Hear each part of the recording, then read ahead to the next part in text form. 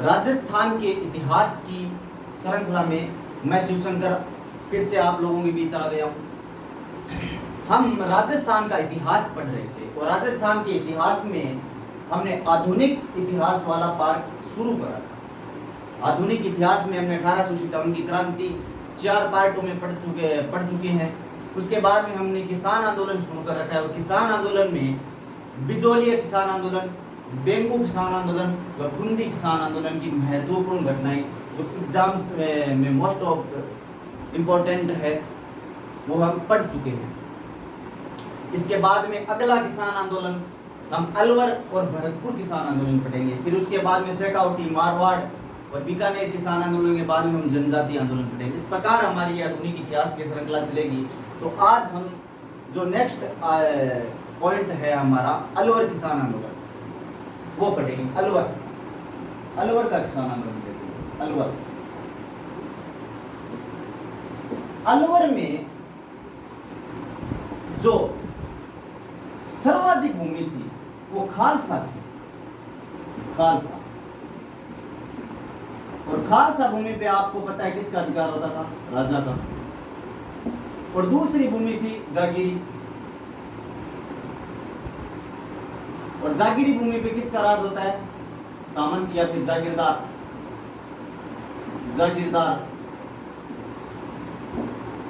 तो ये जागीरी भूमि थी वो थी 20% और खालसा भूमि थी वो थी 80%। किसी भी राज्य में 2 प्रकार की भूमि होती है, खालसा और दूसरी जागीरी। तो जागीरी भूमि होती है उस पे जागीरदारों का अधिकार होता है अर्थात सामंतों का अधिकार होता है। और जो खालसा भूमि होती है वो राजा के सीधे नियंत्रण में रहती है जिसमें केवल राजा का अधिकार होता है। तो अलवर में बेसिकली 2 आंदोलन हुए थे। वो दोनों कौन से क्षेत्र में हुए थे? खालसा आंदोलन में हुए थे। और खालसा आंदोलन में हम 2 आंदोलन यहाँ पे प्रमुखता देखते हैं। एक तो मेवात का मेव आंदोलन,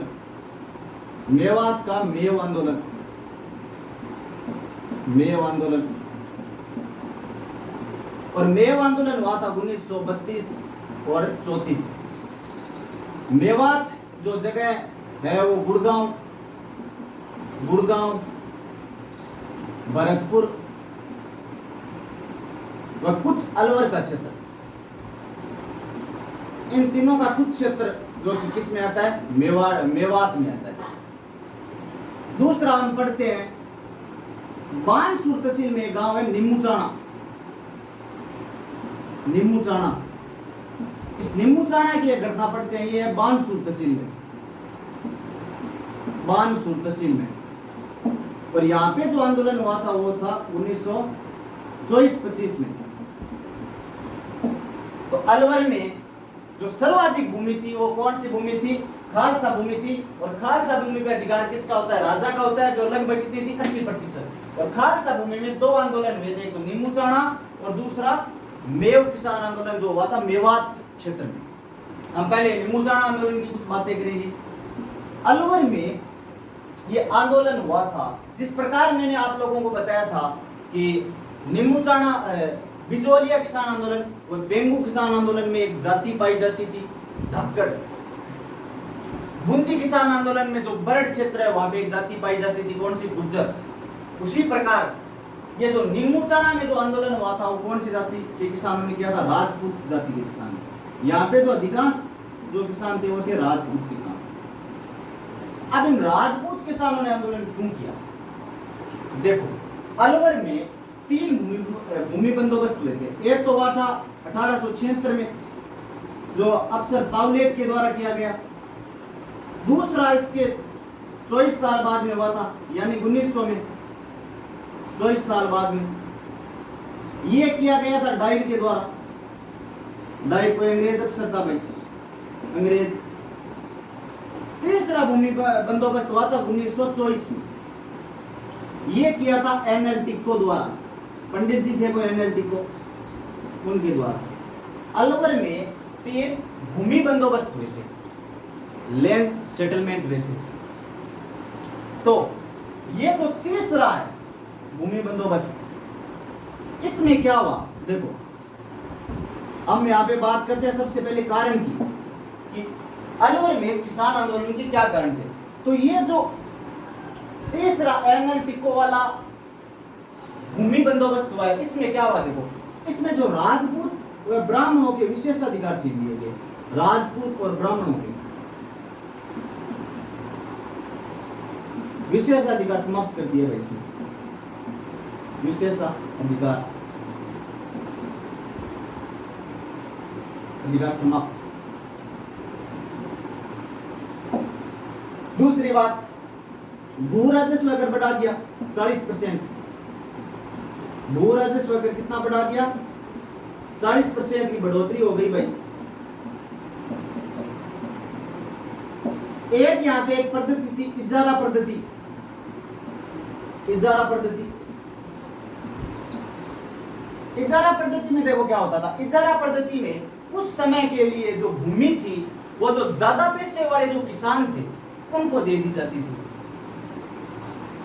तो इससे क्या हुआ, जो सारे किसान थे उनको भूमि नहीं मिल पाती थी, और ज्यादा पैसे वाले किसान कुछ समय तक भूमि खरीद लेते थे और वहां पे फिर अपने हिसाब से खेती करते थे। ये पद्धति थी। तीसरी पद्धति यहाँ पे एक सबसे बड़ी जो समस्या थी वो थी सुअरों की समस्या। सुअरों की समस्या, सुअरों की समस्या देखो क्या थी। सुअरों की समस्या ये थी, राजा इस समय जो अलवर का जो महाराजा था वो था जय सिंह। कौन था? जय सिंह। जय सिंह था, जय सिंह। अब सुअरों की समस्या ऐसे थी कि राजा शिकार करने के लिए आरक्षित क्षेत्र रखता था, और उन आरक्षित क्षेत्रों में सुअरों को पाला जाता था। आरक्षित क्षेत्रों को रोंद बोलते थे। आरक्षित क्षेत्र, आरक्षित क्षेत्र जिन्हें क्या बोलते थे? रोंद, रोंद क्षेत्र। इसमें क्या पाले जाते थे? सुअर, सुअर पाले जाते थे शिकार के लिए, शिकार के लिए। जब ये सुअर आरक्षित क्षेत्रों में पाले जाते थे तो सुअर क्या होते थे, कभी कभार क्या खेतों में घुस जाते थे किसानों के, और किसानों की खेती नष्ट कर देते थे। तो ये एक बड़ी समस्या थी। अब इन चारों समस्याओं को लेकर किसान सबसे पहले अक्टूबर 1924 में अखिल भारतीय क्षेत्रीय महासभा का अधिवेशन होता है। अखिल भारतीय क्षत्रिय महासभा, क्षत्रिय महासभा, अखिल भारतीय क्षत्रिय महासभा का अधिवेशन होता है 1924 में दिल्ली, अक्टूबर 1924 में। और यहाँ पर 200 किसान, राजपूत किसान मिलने इनकी सहायता के लिए जाते हैं भाई। तो इस हेल्प की थी अखिल भारतीय क्षत्रिय महासभा ने, जिसका 1924 अक्टूबर 1924 में अधिवेशन होता है। कहां पर? दिल्ली में। अब ये सारे किसान अलवर से वहां पे गए, अखिल भारतीय क्षत्रिय महासभा के सामने अपनी मांगे रखी कि भाई आप आओ, हमें सपोर्ट करो। और वहां पर एक पेम्पलेट छपवाया जिसका नाम था पुकार। पुकार, पुकार के माध्यम से एक पेम्पलेट था भाई, पेम्पलेट प्रचार किया इसके माध्यम से। और इस राजपूत क्षत्रिय महासभा ने क्या कर दिया? इसका समर्थन कर दिया कि आप तो जाओ, हम आपके साथ हैं, आंदोलन की शुरुआत करो। और यहाँ पर जो आंदोलनकर्ता थे वो आंदोलनकर्ता में नेतृत्वकर्ता में थे, मुख्यतः आप चार नाम ध्यान रखना भाई नेतृत्वकर्ता। एक का नाम है गोविंद सिंह, गोविंद सिंह। एक का नाम है माधो सिंह, माधो सिंह। और दो नाम और ध्यान रख लेना भाई, एक का नाम है अमर सिंह और एक का नाम है गंगा सिंह। ये यहाँ पे क्या थे? मुख्य नेतृत्वकर्ता थे। दोबारा से देख लीजिए, अलवर में दो जगह पे किसान आंदोलन हुआ है। खालसा क्षेत्र में, एक तो नीमूचाणा में और दूसरा मेवात में मेव आंदोलन। जागीरी क्षेत्र में यहाँ पे कोई आंदोलन देखने को अपने को नहीं मिलता है। नीमूचाणा में, जो कि एक गांव है बानसूर तहसील में, यहाँ पर अलवर में हुए थे भूमि बंदोबस्त। 3 भूमि बंदोबस्त हुए थे 1876 में पाउलेट के द्वारा, 1900 में डायर के द्वारा, 1924 में एनएलटी को द्वारा। इस जो भूमि बंदोबस्त है, तीसरे भूमि बंदोबस्त में राजपूत व ब्राह्मणों के विशेष अधिकार समाप्त कर दिए गए। विशेष अधिकार, भू राजस्व कर में 40% की बढ़ोतरी कर दी गई, इजारा पद्धति लागू कर दी गई, सुअरों की समस्याएं पैदा हो गई थी। यहाँ पे आरक्षित जो क्षेत्र होते थे, राजा शिकार करने के लिए सुअर पालता था जिसको बोलते थे रोंद, और ये सुअर किसानों की खेती में चले जाते थे और किसानों की खेती को नष्ट कर देते थे। इन तमाम मांगों को लेके 1924 में अक्टूबर में अखिल भारतीय क्षत्रिय महासभा अधिवेशन में 200 किसान अलवर से जाते हैं, इनके सामने मांग रखते हैं और पुकार नाम का पेम्पलेट छपवाते हैं और प्रचार प्रसार करते हैं इसके माध्यम से। इसके बाद में यहाँ पे नेतृत्व करता थे गोविंद सिंह, माधव सिंह, अमर सिंह और गंगा सिंह। ये लोग ये तमाम चारों मांगे लेके किसके सामने पेश होते हैं? जय सिंह के सामने। जय सिंह के सामने मांग पत्र पेश करते हैं भाई, मांग पत्र। कौन? ये जो लोग नेतृत्व करता है गोविंद सिंह, माधव सिंह, अमर सिंह और गंगा सिंह। लेकिन इस मांग पत्र पे जय सिंह कोई प्रतिक्रिया नहीं करता है, नो, कोई प्रतिक्रिया नहीं।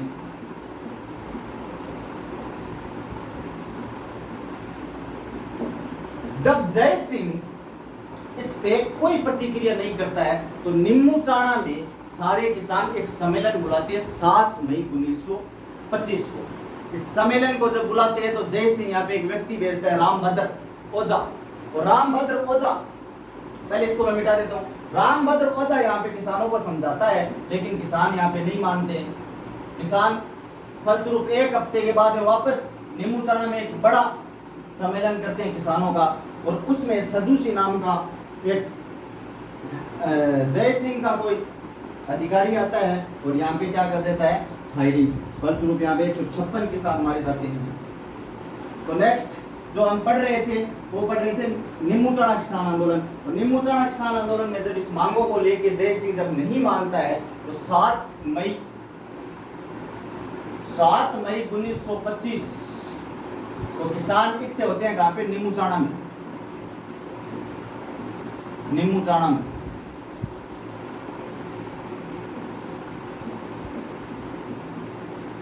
निम्मू चाणा में किसान इकट्ठे होते हैं भाई उन मांगों को लेके। अब जय सिंह को जब इस बात का पता चलता है, जय सिंह को,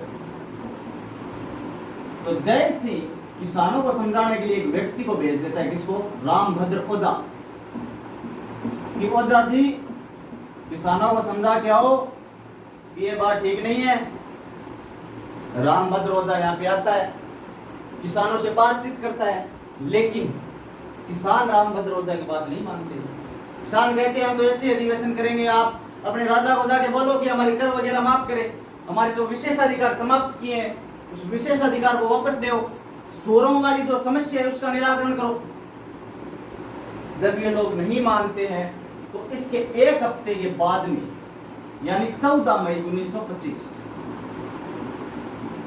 निम्मू चाणा मैं बता चुका हूं बानसूर तहसील में है अलवर की। इसको बानसूर किसान आंदोलन भी कहते हैं भाई, ध्यान रखना। तहसील बानसूर, यहां पे वापस बड़ा सम्मेलन होता है, बड़ा सम्मेलन किसानों का। और किसानों में कौन? राजपूत किसान।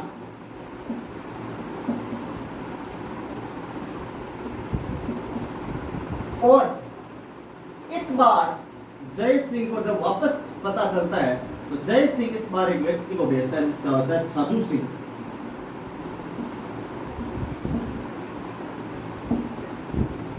यह भी निम्मू चाणा में भाई 2 सम्मेलन हुए थे। इस सम्मेलन में तो केवल समझाने के लिए भेजा गया था। इस सम्मेलन में छाजू सिंह यहाँ पे कर देता है गोलीबारी।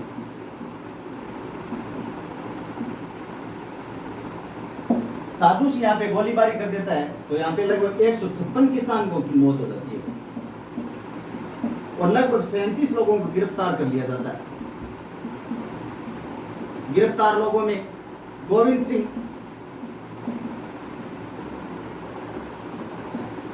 सिंह, माधव सिंह, वही लोग जो नेतृत्व कर रहे थे।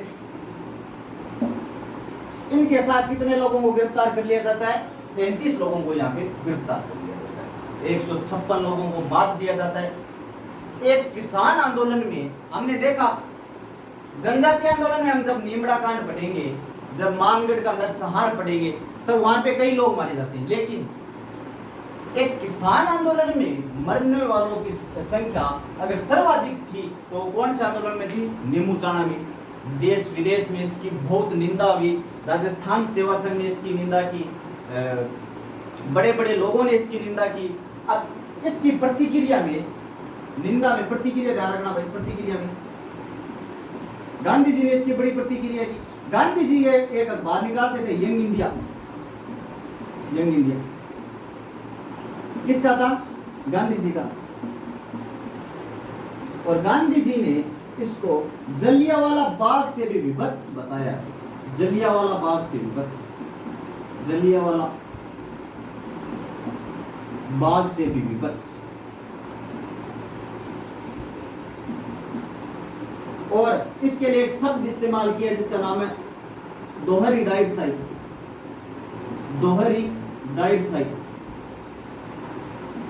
डायरशाही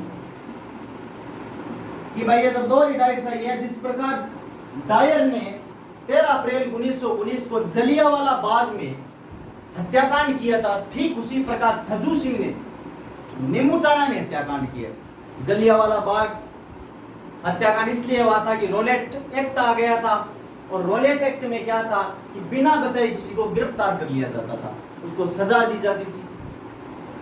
तो वहां पे पंजाब में कांग्रेस के 2 प्रमुख नेता सैफुद्दीन किचलू और सतपाल, डॉक्टर सतपाल, इन लोगों को जब गिरफ्तार कर लिया गया तो वहां पे अमृतसर में एक बाग है जलियांवाला बाग में, वहां पे लोग इकट्ठे हो रहे थे, धरना प्रदर्शन कर रहे थे कि इनको छोड़ो और अपने वापस कानून को वापस लो। रोलेट एक्ट को काला कानून कहते हैं। और वहां पे जनरल डायर आता है, उन लोगों पे गोलीबार कर देता है, वहां पे 1000 से ज्यादा लोग मारे जाते हैं। आज भी जब हम जलियांवाला बाग देखते हैं तो वहां पे गोलियों के निशान आज भी पड़े हैं। जब मैं वहां पे गया था अमृतसर तो मैंने देखे थे वो गोलियों के निशान आज भी हमें शहीदों को याद दिलाते हैं। ठीक उसी प्रकार छज्जू सिंह ने कहां पे किया था? नीमूचाणा में। इसलिए छज्जू सिंह को राजस्थान का जनरल डायर कहते हैं भाई, राजस्थान का जनरल डायर, राजस्थान का जनरल डायर, राजस्थान का जनरल डायर छज्जू सिंह इसलिए कहते हैं क्योंकि इसने भी क्या किया है? जनरल डायर की तरह यहाँ पे हत्याकांड किया नीमूचाणा में।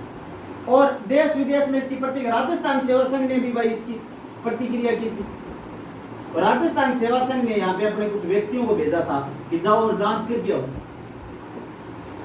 एक तो कन्हैयालाल कलंत्री, ध्यान रखना है, कन्हैयालाल कलंत्री, कलंत्री, इस व्यक्ति का नाम ध्यान रखना भाई कि कन्हैयालाल कलंत्री जैसे लोग, इसके साथ 2 लोग और आए थे यहाँ पे राजस्थान सेवा संघ से, और यहाँ पे ये जांच करने के लिए आए थे कि वास्तव में क्या हुआ था। देश विदेश में भी इसकी प्रतिक्रिया हुई थी। मणिलाल कोठारी समिति बनी थी भाई, मणिलाल कोठारी, मणिलाल कोठारी, इसके सचिव थे रामनारायण चौधरी, रामनारायण चौधरी।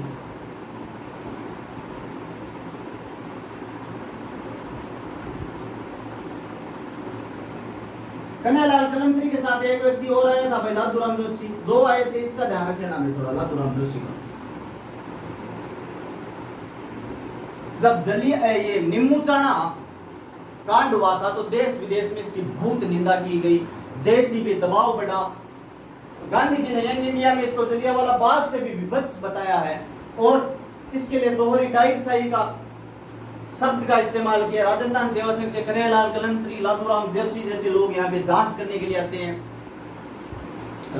भारत स्तर पर मणिलाल कोठारी नाम से समिति बनती है जिसका रामनारायण चौधरी को सचिव बनाया जाता है। जब ये सारी प्रतिक्रिया हुई तो जय सिंह पे दबाव बढ़ा। जय सिंह पे जब दबाव बढ़ा, जय सिंह पे दबाव आया भाई, जय सिंह, और दबाव में जय सिंह ने यहाँ पे एक जांच आयोग बनाया। जांच आयोग, जांच आयोग में, जांच आयोग में एक तो छज्जू सिंह, छज्जू सिंह, छज्जू सिंह, एक रामचरण, नारायण में रामचंद्र एक बूंदी का राजा था, उसने भी ये जांच आयोग बनाया था, लेकिन वहां पे वो राम प्रताप था। ये रामचरण है, वो हो सकता है गलती से मैंने रामचरण बता दिया हो, ठीक है। एक व्यक्ति और था इनके साथ, सुल्तान सिंह।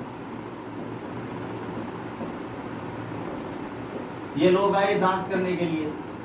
अब ये दोनों लोग अच्छे थे, छज्जू सिंह को भी अपनी गलती का एहसास हुआ, छज्जू सिंह को भी लगा कि यार गलत किया, 156 लोग मारे गए। इन दोनों ने कहा ठीक है, जो हो गया कोई बात नहीं, वापस जाके राजा को इस प्रकार से समझाते हैं कि इस घटना को ठीक किया जाए। तो जय सिंह यहाँ पे जो शहीद थे उनको 128 रुपए शहीदों को क्या देता है, प्रत्येक शहीदों के परिवार को, और गिरफ्तार लोगों को क्या करता है, छोड़ देता है, लोगों को रिहा कर देता है। और विशेष अधिकार जो समाप्त किए थे उनको वापस सही कर देता है, विशेष अधिकार वापस।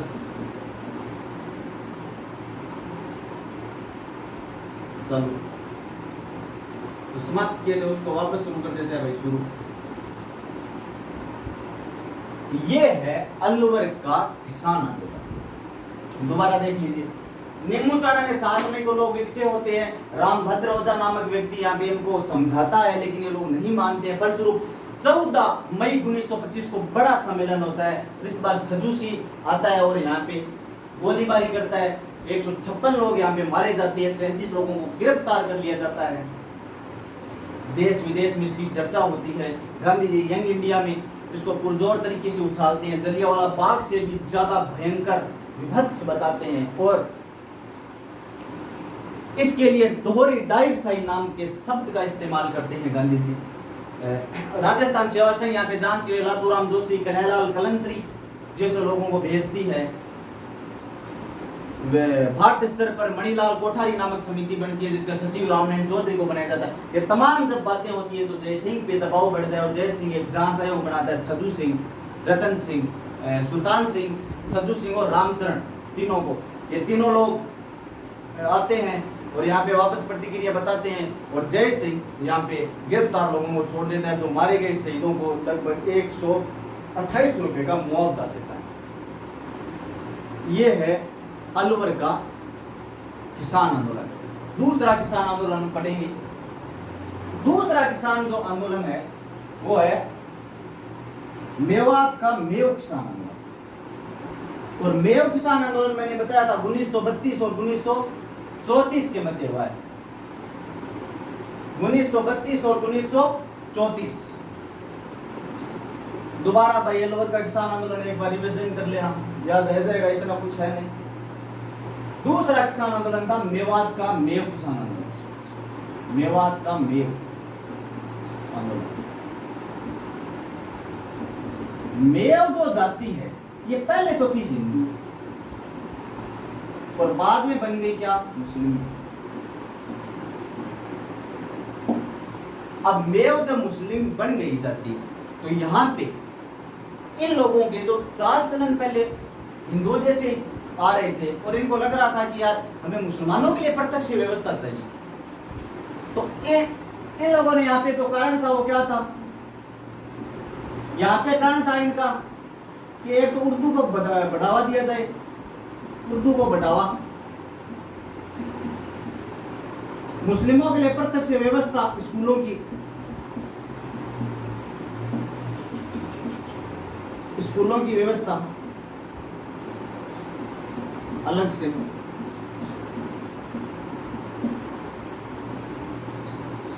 और मुस्लिमों को सरकारी नौकरी में जगह, सरकारी नौकरी में।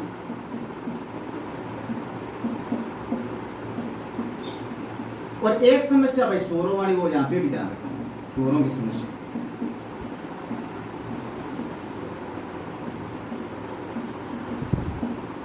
और यहाँ पर जो नेतृत्व करता थे वो नेतृत्व करता, ध्यान रख लेना भाई, एक तो चौधरी यासीन खां,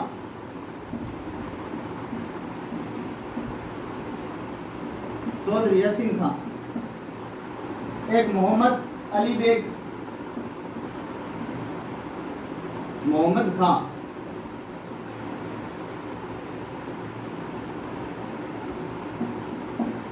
और दो संगठन भी थे भाई जो इनकी हेल्प की थी। एक संगठन का नाम था अंजुमन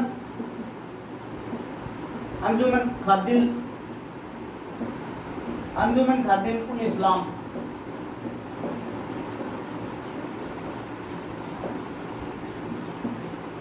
और दूसरा एक था भाई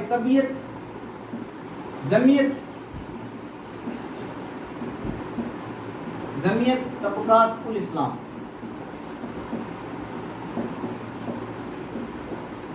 इन दो संगठनों ने हेल्प की थी भाई इनकी। मेवात जो कि क्षेत्र मैंने बताया गुड़गांव, अलवर और भरतपुर का कुछ क्षेत्र था, यहाँ पे मुस्लिम जो जाति थी वो पहले मेव हिंदू थे, फिर मुस्लिम बन गए, फिर अपने अधिकारों के लिए अलग से संघर्ष कर रहे थे, अलग से स्कूलों की मांग कर रहे थे, सरकारी नौकरियों में मांग कर रहे थे, उर्दू को बढ़ावा देने के लिए यहाँ पे आंदोलन किया जा रहा था। फिर यहाँ पर चौधरी हसीन का और मोहम्मद खां जैसे लोग नेतृत्व करते हैं इस आंदोलन का। दो संगठन इनकी सहायता करता है, अंजुमन खादिम उल इस्लाम, जमीयत तबकात उल इस्लाम, ये संगठन इनकी हेल्प करते हैं। शोरों वाली समस्या भी यहाँ पे होती है। लेकिन जब ये आंदोलन होता है 1932 और 1934, तो जब दो आंदोलन एक साथ होते हैं तो अंग्रेजी जो प्रशासन है उनको ये लगता है कि यार ये जय सिंह आदमी ठीक नहीं है।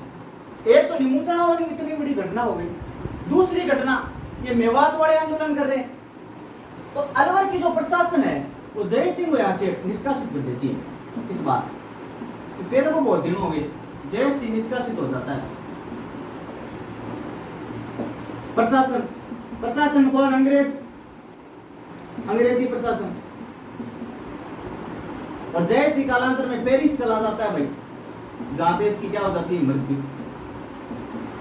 फलस्वरूप अंग्रेजी प्रशासन किसानों की बात मान लेते हैं और 1934 में इनकी जो बात होती है वो बात मान के समझौता करके क्या कर देते हैं, आंदोलन को समाप्त कर देते हैं।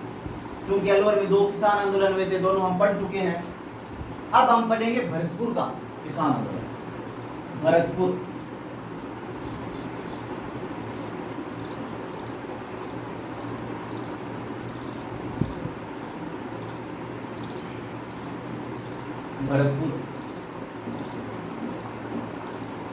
ये 5वां किसान आंदोलन है भाई, 5वां। भरतपुर में बेसिकली दो आंदोलन हुए। एक आंदोलन का नाम है शुद्धि आंदोलन। शुद्धि आंदोलन का तो भाई इतना ही ध्यान रखना है, शुद्धि आंदोलन का संबंध किससे है? भरतपुर से। यहाँ पे क्या हुआ था, प्रशासक था सामंत वो कृष्ण सिंह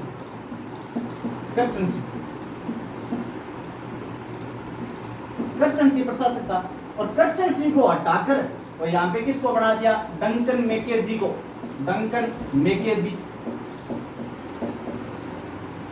तो इस आंदोलन का जो नेतृत्व करता है वो कौन था, कृष्ण सिंह। तो यहाँ पे कृष्ण सिंह ने भाई आंदोलन कर दिया था। दूसरी बात, दूसरा जो आंदोलन हुआ था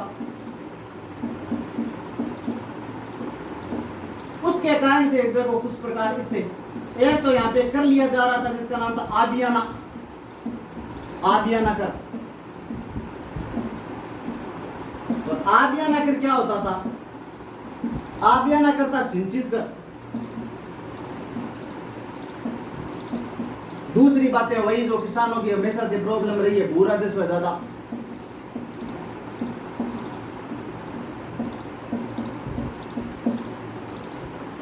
अलवर भरतपुर में शुद्धि आंदोलन हुआ था। कृष्ण सिंह नाम का कोई प्रशासक था, उसको अंग्रेजों ने हटा दिया और वहां पे डंकन मैकेजी को बना दिया। तो शुद्धि आंदोलन किसने चलाया, कृष्ण सिंह ने चलाया। फिर दूसरा आंदोलन हुआ था जिसके प्रमुख कारण एक तो आबियाना कर, जिसमें सिंचित कर लिए जाते थे, दूसरा भू राजस्व ज्यादा। यहाँ पे भाई एक नेतृत्व करता जो था, नेतृत्व वो भोजी लंबरदार ने किया था। भोजी